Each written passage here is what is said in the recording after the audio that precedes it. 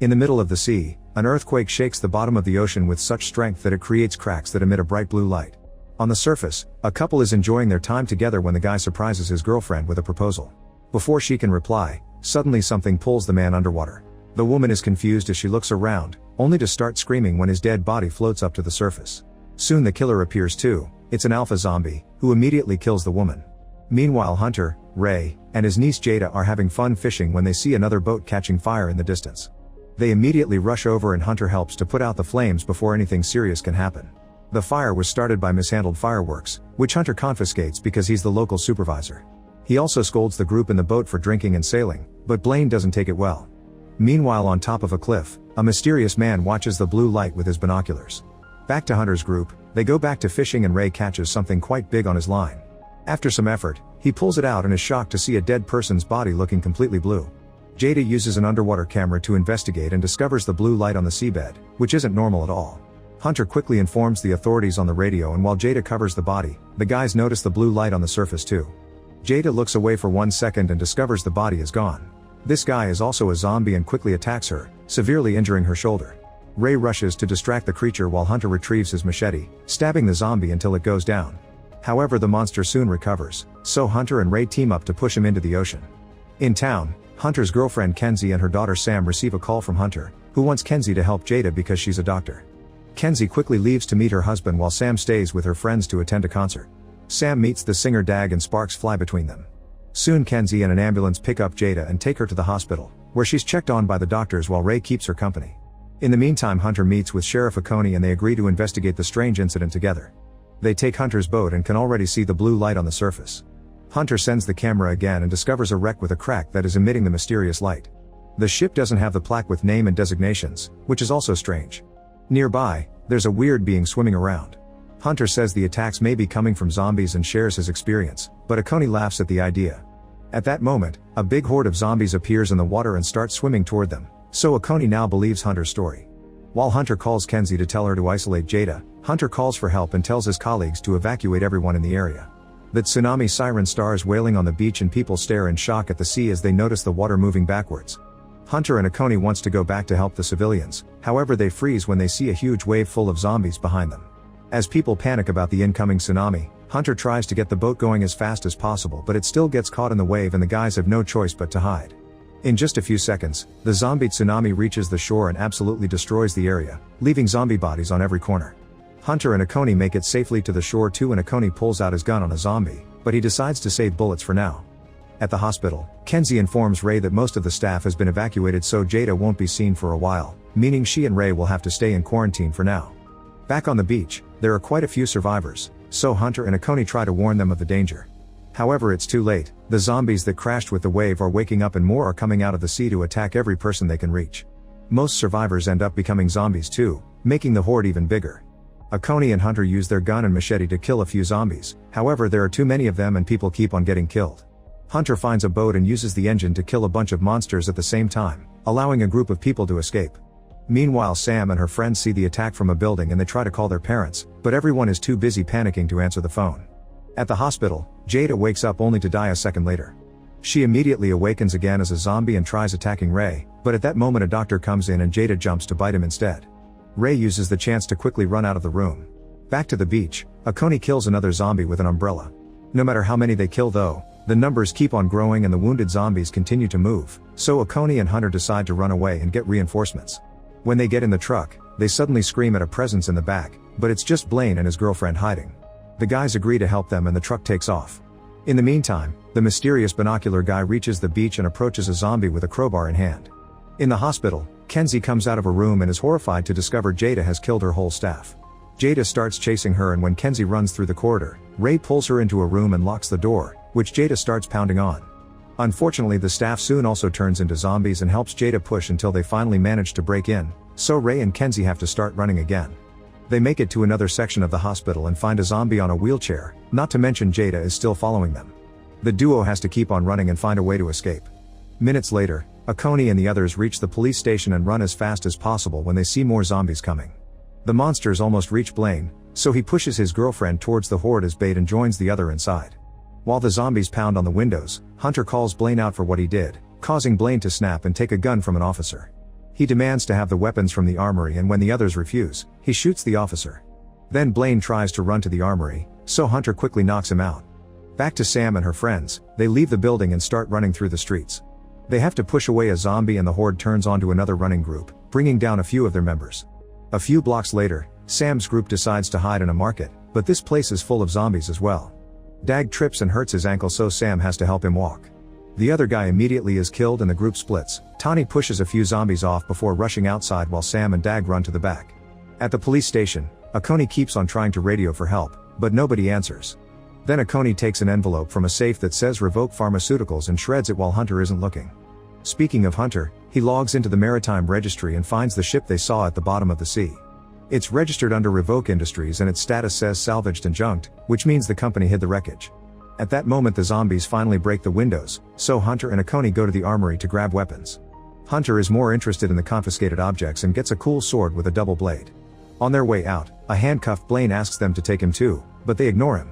Using police shields, the duo pushes their way through the horde at the door, and while Akoni shoots the closest ones, Hunter uses a bazooka to finish off the group coming from the street. Unfortunately the zombies are still moving, and to make matters worse, a second zombie tsunami is approaching. The duo escapes on the truck, and as they drive through the woods they encounter the alpha zombie, so they drive over him. However, the monster is just fine. Back to Sam and Dag, they make it to the parking lot and find his van, where a band member is chilling. He's had the headphones on all along and didn't know what was happening. The guy opens the van for the others before he tries to be a hero, but he can't fight so many zombies at the same time and is quickly killed. Sam and Dag lock the doors and try to escape, but the van won't start. Meanwhile Tani manages to leave town and runs through the woods as the zombies still follow her. She sees a house in the distance and rushes to the front gate, where Marty sees her on the security cameras.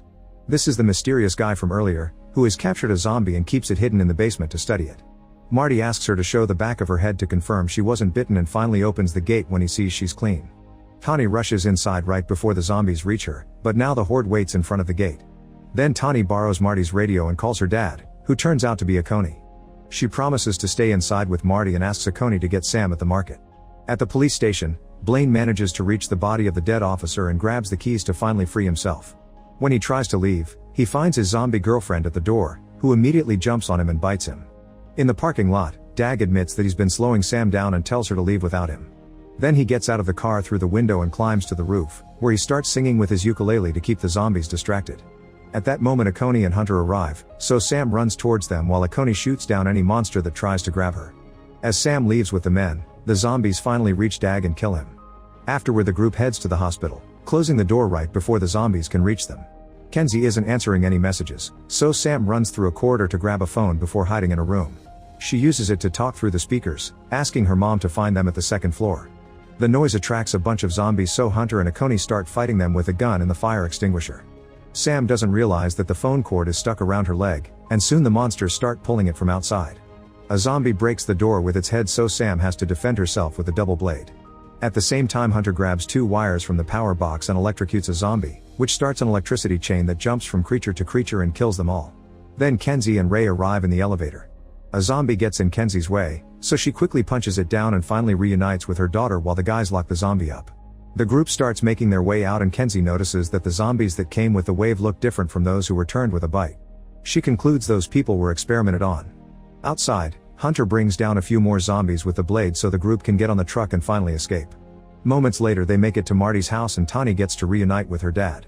She notices that Akoni has a wound and Marty freaks out, but Akoni assures them it's just a scratch and he wasn't actually bitten. Once everyone is inside, Akoni uses Marty's radio to try to ask for backup, although Marty says he hasn't been able to contact anyone since this all started. Tani realizes that they had 2 tsunamis and nobody has come to check the area, which means there's some conspiracy behind it. At that moment, the zombie prisoner breaks free from its chains as it growls. Akoni hears a noise and goes to investigate, entering the experiment room and finding the bed empty. Suddenly the zombie jumps on him and after some struggle, Akoni gets bitten. As he yells in pain, he kicks the zombie off him and the noise of the monster hitting the furniture alerts the others. The zombie hears them and goes upstairs, where the guys push it away and it ends up fighting against Kenzie. Marty immediately attacks it with his taser, instantly killing him. Ray brings Akoni upstairs and Tani takes care of his wound while Hunter connects the taser to the blade to make a more effective weapon. The group scolds Marty for hiding a zombie, so he explains he's been experimenting to learn their weakness. These zombies are full of a liquid with phosphorus, which explains the glow in the water and why electricity is the only way to truly stop them. Hunter concludes they must lure the zombies back to the water and run power to it to kill them all at the same time. They will also have to blow the wreckage so it can't make any more monsters, so Marty reveals he has a huge supply of grenades and C4. While the group starts packing up the weapons, Hunter goes outside to clear the way but the taser doesn't work. The gate suddenly opens so Kenzie comes out to help as well.